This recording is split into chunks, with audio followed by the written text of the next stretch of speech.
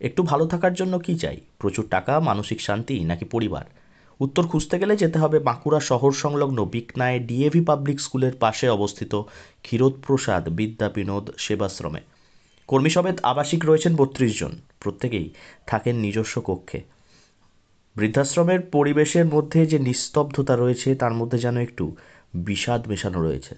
ভুল ভাববেন না, পরিবেশ যথেষ্ট ভালো। গাছগাছালিতে ভরা রয়েছে শিবের মন্দির। ব্যবস্থা যথেষ্ট ভালো এবং যারা রয়েছেন তাদের বিন্দুমাত্র কোনো অভিযোগ নেই। রয়েছে অভিজ্ঞতা, সংসারে টিকে থাকার গল্প এবং শেষ জীবনে শান্তি খোঁজার স্পৃহা। আপনি কতদিন আছেন? আমি 1 বছর 3 মাস। 1 বছর 3 মাস। আচ্ছা, বাড়িতে কে আছে? বাড়িতে ছেলে, বউ, নাতি আছেন এখানে, আনন্দ আছেন, ভালো আছেন? বাড়ি বেলেতরে। বেলেদরে বাড়ি, ভালো আছেন? হ্যাঁ, খুব ভালো আছি।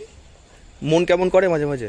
হ্যাঁ, কেউ আছেন 10 বছর, আবার কেউ আছেন 1 বছর। সংসার করে এসেছি। পরিবারের জন্য প্রাথমিক মন খারাপ ভুলে কেউ কেউ বুনছেন সোয়েটার। সেই সোয়েটারের উলের মতোই যেন জট পাকাচ্ছে অমীমাংসিত সব প্রশ্ন।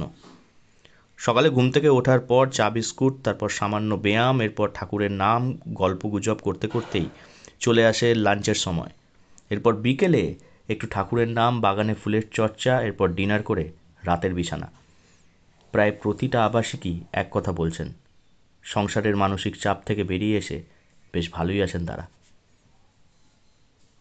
প্রতি মাসে ৬,৫০০ টাকা আবাসিক পিছু লাগে।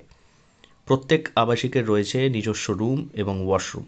আবাসিকদের মধ্যে কিছু আবাসিক রয়েছেন যারা নিজেরাই নিজেদের খরচা বহন করছেন পেনশনের টাকায়। এই সময়টা যাতে সুন্দরভাবে আমরা কাটাতে পারি সেই চেষ্টা সবসময় করি, ঈশ্বর চিন্তা করে। আর এই সময়টা হচ্ছে আমাদের বানপ্রস্থ বলে মনে করছি আমরা।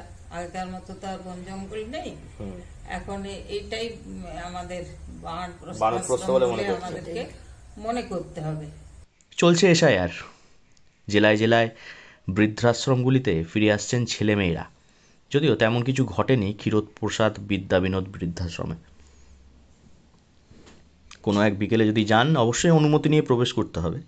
আবাসিকদের সঙ্গে কথা বললে বুঝতে পারবেন, জীবনের শেষ বয়সে এসে শান্তি খুঁজে পেলেও একটা শান্ত বিষণ্ণতা থেকেই যায়। যদিও সেটাও মন্দ কি। বাঁকুড়া থেকে নীলাঞ্জন ব্যানার্জির রিপোর্ট, লোকাল 18 বাংলা।